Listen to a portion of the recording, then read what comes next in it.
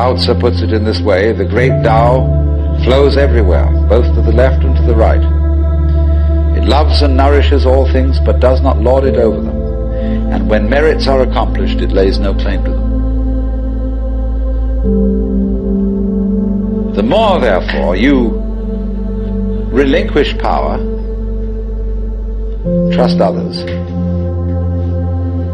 the more powerful you become. But in such a way that instead of having to lie awake nights controlling everything, you do it beautifully by trusting the job to everyone else. And they carry it on for you. So you can go to sleep at night and trust your nervous system to wake you up in the morning. You can even tell it, I want to wake up at 6 o'clock, and it'll wake you up just like an alarm clock. This seems a sort of paradox to say this, but the principle of unity,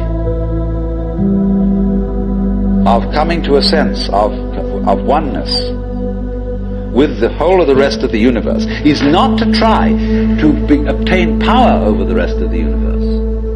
That will only disturb it and antagonize it and make it seem less one with you than ever.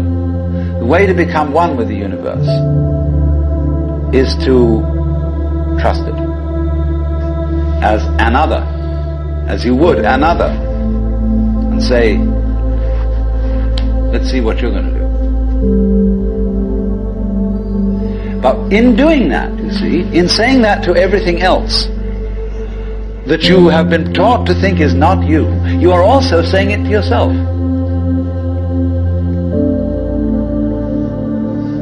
Because finally, as I pointed out, you do not know where your decisions come from.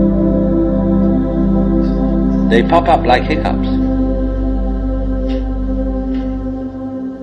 And when you make a decision, people have a great deal of anxiety about making decisions.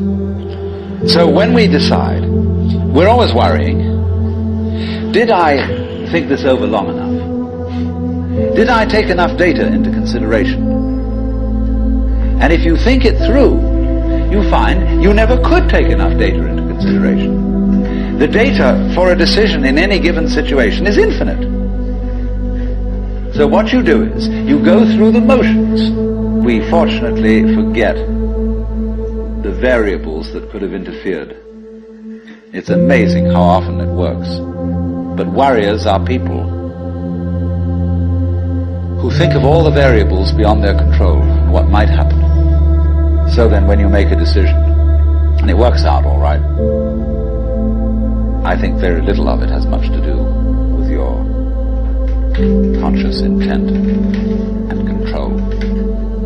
But somehow or other, you are able to decide and control things more harmoniously if you delegate authority. That's why very great businessmen are those who can delegate authority. Trust others to work for them. Because those are people developing businesses on the same basic structure that is fundamental to a living organism. Delegation of authority.